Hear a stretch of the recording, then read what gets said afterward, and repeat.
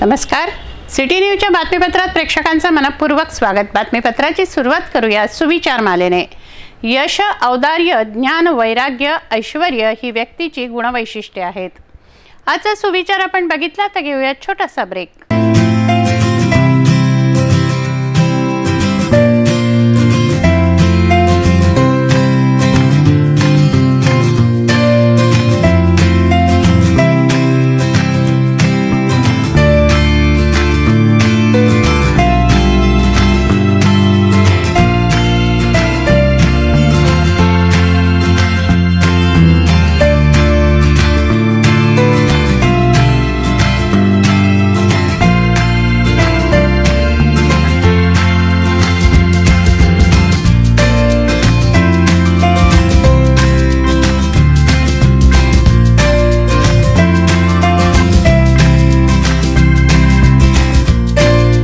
संपूर्ण लग्न बसता आराधना जवाहर रोड अमरावती.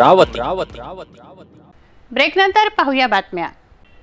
लोकसभा निवडणुकीचं वारं वाहू लागलं असून कार्यकर्त्यांना प्रशिक्षित करण्यासाठी दिग्गजांच्या सभा होत आहेत. भाजप शिवसेनेचं विभागीय संमेलन अमरावतीच्या संत ज्ञानेश्वर सांस्कृतिक भवन येथे घेण्यात आलं. कार्यकर्ता संमेलनातून खासदार आनंदराव अडसूळ यांच्या प्रचाराचं नारळ फुटलं. मुख्यमंत्री देवेंद्र फडणवीस व शिवसेनेचे कार्याध्यक्ष उद्धव ठाकरे यांनी कार्यकर्त्यांना मार्गदर्शन केलं. लोकसभा निवडणुकीचे पडघम वाजण्यास सुरुवात झाली असून शिवसेना भाजपने अमरावती जिल्ह्यात कार्यकर्त्यांच्या प्रशिक्षणासाठी सुरुवात करण्याकरता पाऊल उचललं आहे. शुक्रवारी शहरात भाजप सेनेचं विभागीय संमेलन घेण्यात आलं.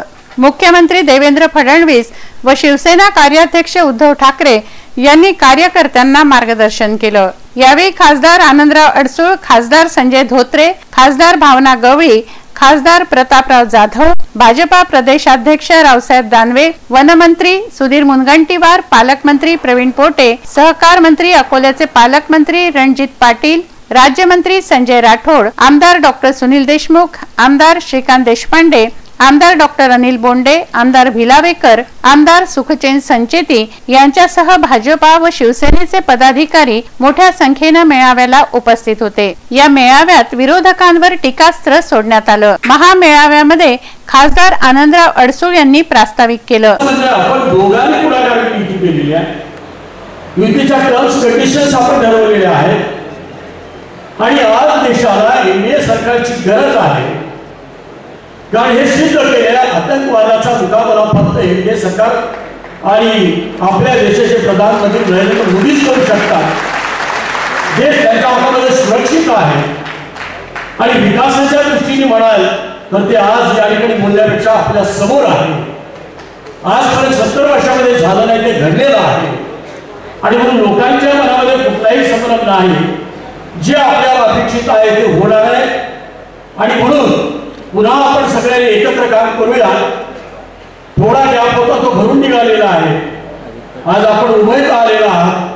मुख्यमंत्र्यांनी आपल्या भाषणात पंतप्रधान मोदी यांनी जनतेकरता केलेल्या आणलेल्या योजनांविषयी माहिती दिली. त्यात पंतप्रधान आवास योजना, उज्ज्वला गॅस योजना, शेतकरी कामगारांना पेन्शन योजना आदींबाबत त्यांनी माहिती दिली. भाजपा शिवसेना युती झाल्यापासून विरोधकांना आता कोणताच मुद्दा राहिलेला नाही. त्यांचं धाबं दणाणलं आहे. त्यांना बोलायला जागा नाही. निवडणुकीत आधी उभे राहण्याची गोष्ट करणाऱ्या शरद पवारांनी देखील आता माघार घेतलीये. त्यांचे पुतणे अजित पवार यांनी शरद पवार मुख्यमंत्री असताना मला नर्सरीतला मुलगा म्हटले होते, पण मी नर्सरीतून शाळेत, नंतर कॉलेजमध्ये जाऊन आता मुख्यमंत्री झालो. तुम्ही कुठे आहात, अशी टीका मुख्यमंत्र्यांनी अजित पवारांवर केली.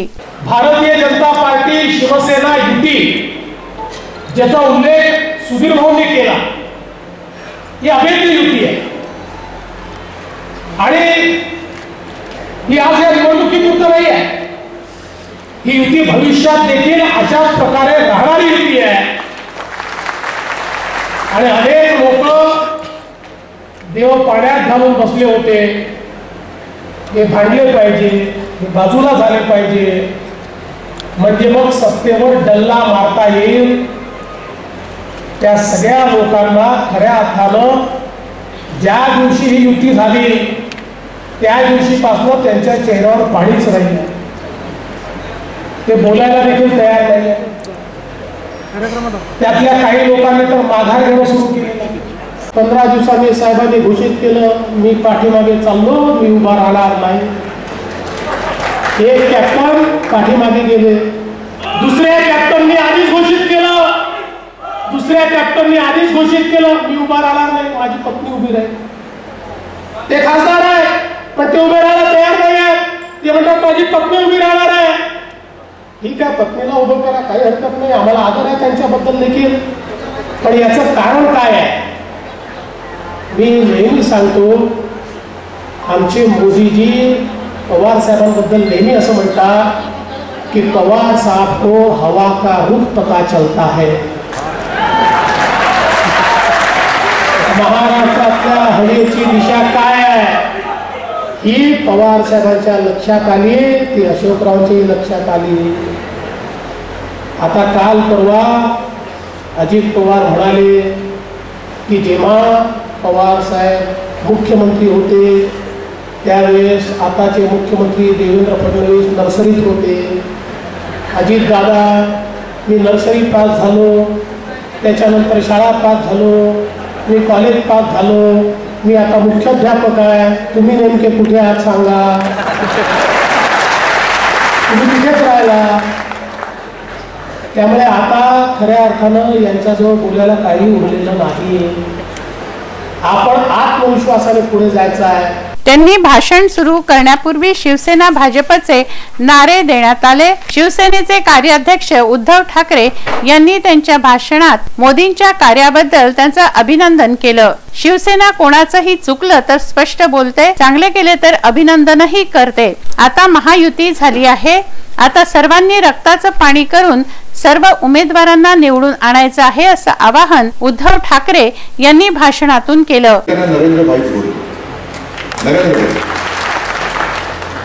आणि जेव्हा एनडीएची मीटिंग झाली त्या मीटिंगमध्ये सुद्धा मी हेच म्हटलं होतं की एक अभिमान आहे की आपला भाऊ वाटावा अशी व्यक्ती माझ्या देशाची पंतप्रधान. मी म्हणाले एकदम यांच्यामध्ये यांचं रूपांतर कसं झालं बाबा, एक आजपर्यंत असं बोलत होते, आज असं बोलायला लागले. नाही, याचं कारण आहे की जे आम्ही मुद्दे उचलले हेच तुम्हाला मी सांगणार होतो की जाहीर सभा तर आपली पुढच्या रविवारी आहे. मी तर म्हणेन जाहीर सभेत बोला, आत्ता बोला की एक मुद्दा मला असं सांगावा की जिथे व्यक्तिगत काही कामासाठी किंवा व्यक्तिगत कारणांसाठी शिवसेनेने तुम्हाला विरोध केला, जे मुद्दे उचलले हे जनतेचे उचलले, शेतकऱ्यांचे उचलले. आणि मला समाधान आहे, मला नक्कीच अभिमान आहे की ज्या वेळेला आपण युती केली त्या वेळेला तुम्ही हे सगळे मान्य केले. नुसतं मान्य करून बोलावं म्हणून गप्पा नाही बसत, तुम्ही ते करून मोकळे झालेला. कारण ज्यांच्यासाठी आपण लढत आलो कशासाठी सत्ता पाहिजे, कोणासाठी सत्ता पाहिजे, त्या आमच्या नेत्यांसाठी पाहिजे की केवळ आमच्या कार्यकर्त्यांसाठी सत्ता पाहिजे. सत्ता पाहिजे ती माझ्या गोरगरीब बांधवांसाठी आणि माता भगिनींसाठी पाहिजे. त्यांचं वाली कोण आहे? राज्यकर्ते येतात, राज्यकर्ते जातात, सत्ता येते, सत्ता जाते. अटलजींची तुम्ही आठवणी सांगितलं, सरकारी आती आहे, सरकारी जाती आहे. सामान्य माणसाला मिळतं काय? तो सामान्य माणूस ज्या आशेने आपल्याकडे बघतोय त्याच्या आशेवरती, म्हणजे पावसाचं पाणी कधी पडतं कधी पडत नाही, पण आशेवरती पाणी नाही पडतं आपण. पण तेव्हा मी हिंदू आहे बोलायला भीती वाटत होती. मी हिंदू आहे बाबा बोलू नको, काय होईल सांगतात नाही, कारण काँग्रेसची राजवट आहे. आपण देशाच्या राजकारणात दोघंही अस्पृश्य होतो. आपल्यासोबत येत कोण होतं? कोण येत होतं? शिवसेना आणि भारतीय जनता पक्ष हे धर्मांचे आहेत, हे हिंदुत्ववादी. हिंदू म्हणजे शिवी होती. आणि त्याला या पिढीने अक्षरशः रक्त आटून आटून आटून आटून आपल्याला हे दिवस दाखवले. हे दिवस त्यांनी जर का तेव्हा रक्त आटवलं नसतात, कित्येक कार्यकर्ते आपले कार्यकर्ते सारे. आता हा कार्यक्रम झाल्यानंतर मी संजयच्या घरी जाणार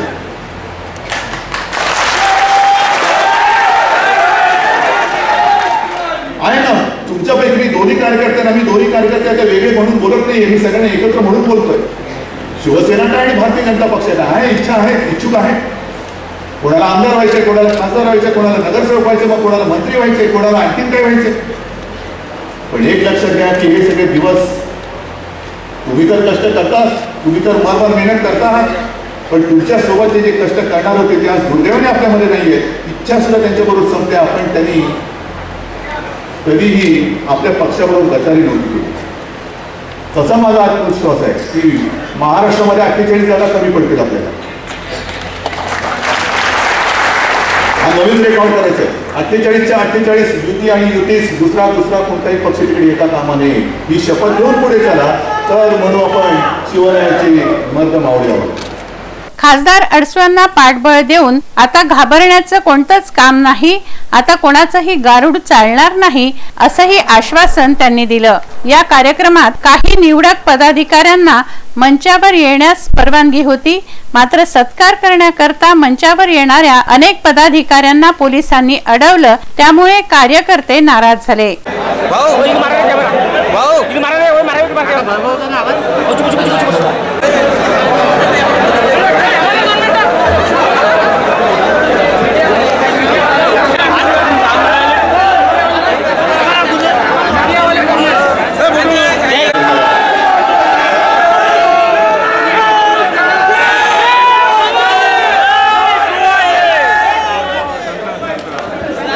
उद्धव ठाकरे यांनी सुंदर निवेदन करणाऱ्या भाजपा शहराध्यक्ष जयंत डेहनकर यांचं कौतुक करून पुष्पगुच्छाने त्यांचं स्वागत केलं. कार्यक्रमात येणाऱ्या प्रत्येक कार्यकर्त्याची पोलिसांनी कसून तपासणी केली. पुलवामा येथे शहीद झालेल्या जवानांना मौन पाळून श्रद्धांजली अर्पण करण्यात आली. राष्ट्रगीताने कार्यक्रमाचा शेवट करण्यात आला. या मेळाव्यानंतर शिवसेनेचे कार्याध्यक्ष उद्धव ठाकरे दिवंगत माजी आमदार संजय बंड यांच्या निवासस्थानी भेटीला गेले.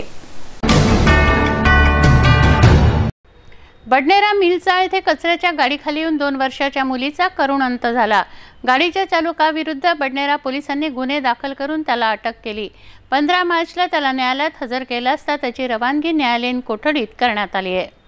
बडनेराच्या मिलचाळ येथे 2 वर्षाच्या चिमुरडीचा कचऱ्याच्या गाडीखाली येऊन अपघाती मृत्यू झाला. बडनेरा पोलिसांनी चालकाविरुद्ध कलम 304 अ 279 338 दाखल करून त्याला अटक केली आहे. त्याला 15 मार्चला न्यायालयासमोर हजर करलं असता त्याची रवानगी न्यायालयीन कोठडीत करण्यात आली आहे. मृतक चिमुकलीच्या आईने आपबीती सांगितली. अपघात झाल्यावर चालकाने मुलीला आईच्या स्वाधीन केलं, उलट मुलांना सांभाळा असं तिला सुनावून त्याने पोबारा केला. जखमी अवस्थेत आईने नजीकच्या राठे हॉस्पिटलमध्ये तिला नेलं. त्यानंतर जिल्हा सामान्य रुग्णालयात तिला नेण्यात आलं, मात्र इरविन मध्ये तिचा मृत्यू झाला. तो गाड़ी उन्होंने तेज में लेके गए. उसके बाद में मेरी बच्ची को मेरे पास लाके दी और मुझे बातें सुना रहे. किसने? वही जिन्हें गाड़ी वाले ने मारा. ड्राइवर ने? उसने आपको पास लाकर दिया? वो मुझे ही बातें सुना रहा, बच्चे को देखना चाहिए ऐसा वैसा. मैंने गई गर्दी में थी, मुझे कुछ सूझा नहीं. मैंने बच्चे को लिया, डायरेक्ट लेके भागी. कहाँ लेके गए फिर आपने? मैं राठी के दवाखाने में लेके गई. उसके बाद में फिर राठी बोला यूरिन में लेके जाओ, तो फिर मैं यूरिन में लेके गई तो वहाँ पर इन लोगों ने बोली डेथ हो गई. अच्छा, कितने बजे की आसपास की घटना है? 12:30 बजे. 12:30 बजे के आसपास में. आपने भी जब वो ड्राइवर साथ में आया लेकर जब बच्ची को, तो उसके साथ में कितने लोग थे जैसा आपने देखे? तो ड्राइवर अकेला था, ये बच्ची को उठा के लाई, फिर वो ड्राइवर ने हाथ में ले लिया, फिर मुझे दिया. अच्छा. नांदगाव खंडेश्वर हा कायमच दुष्काळी तालुका. ऐन हिवाळ्यात येथील विहिरी कोरड्या पडतात. परंतु नांदगाव खंडेश्वर तालुक्यातील मोखड व पिंपळगाव बहिणाई या गावांमध्ये शोष खड्डे तयार केल्यामुळे कोरड्या पडलेल्या विहिरी व हातपंपांना पाणी लागलंय. अमरावतीचा नांदगाव खंडेश्वर हा कायम दुष्काळी तालुका. या भागात कुठलेच मोठे सिंचन प्रकल्प नसल्याने पिण्याच्या पाण्याची कायमस्वरूपी टंचाई. पावसाळ्यात पडलेल्या पाण्याचा प्रत्येक थेंब वाहून जातो. जमिनीत पाणीच मुरत नसल्याने पाण्याची पातळी खोलवर गेलेली. त्यामुळे ऐन नोव्हेंबर-डिसेंबर मध्ये सार्वजनिक विहिरी व हातपंप कोरडे पडतात. पिंपळगाव व मोखड गावच्या पाणी टंचाईची ही दरवर्षीची कहाणी.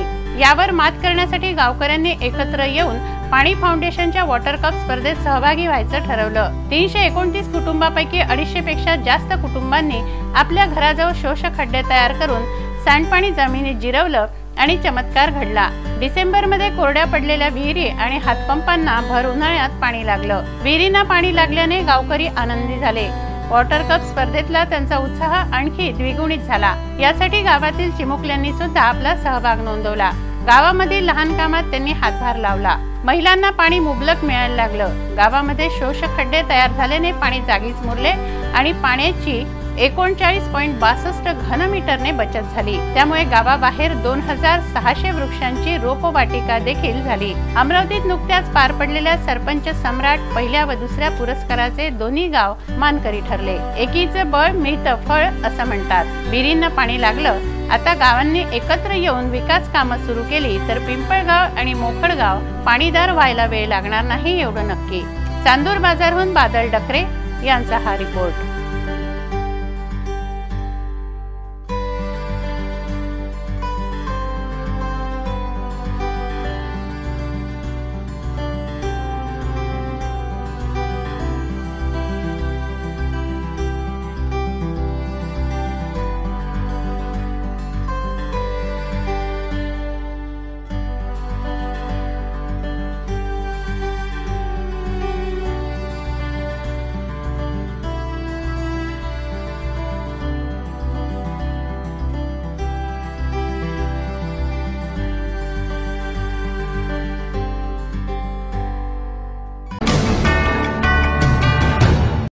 चांदूर बाजार तालुक्यातील कृषी उत्पन्न बाजार समितीमध्ये भरत असलेला धान्य बाजार सुरू करावा अशी मागणी तेथील शेतकऱ्यांनी केली आहे।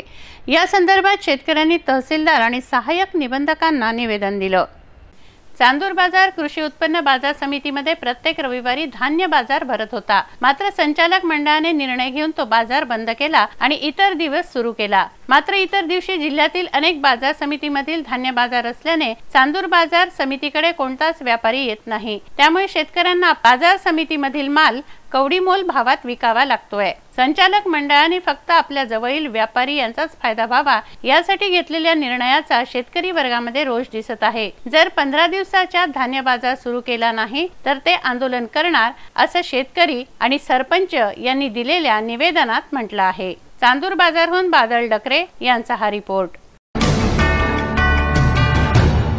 एक नजर बातमीपत्रातील अन्य महत्त्वाच्या घटनांवर।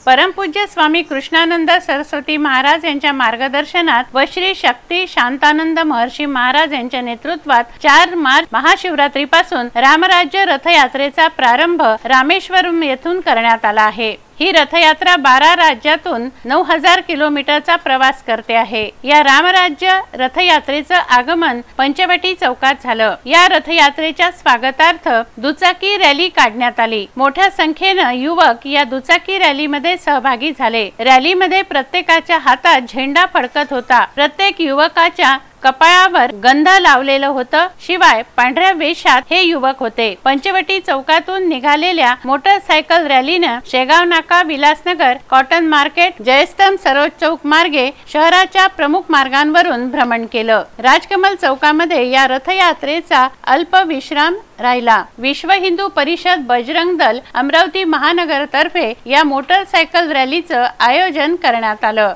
49 दिवसांमध्ये ही रथयात्रा 14 एप्रिल रामनवमीच्या दिवशी अयोध्येमध्ये पोहोचणार आहे। विश्व हिंदू परिषदेचे जिल्हाध्यक्ष अनिल साहू, बजरंग दल विभाग संयोजक संतोष गहेरवार, विश्व हिंदू परिषदेचे जिल्हा मंत्री शरद अग्रवाल, बजरंग दल जिल्हा संयोजक विपिन गुप्ता, विश्व हिंदू परिषदेचे महानगर मंत्री बंटी पारवानी यांच्यासह मोठ्या संख्येने कार्यकर्ते या मोटरसायकल रॅलीत सहभागी झाले।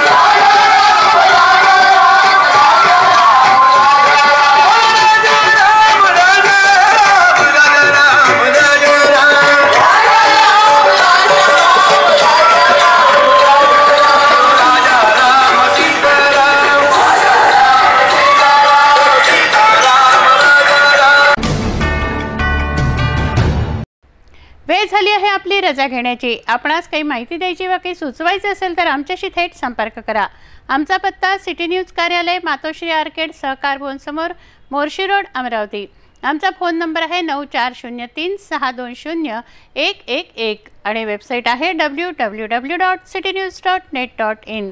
अचूक, सडेतोड आणि निर्भीड बातम्यांसाठी बघत राहा अमरावतीचं नंबर 1 चॅनेल, फक्त सिटी न्यूज. बातमी आमची, विश्वास तुमचा.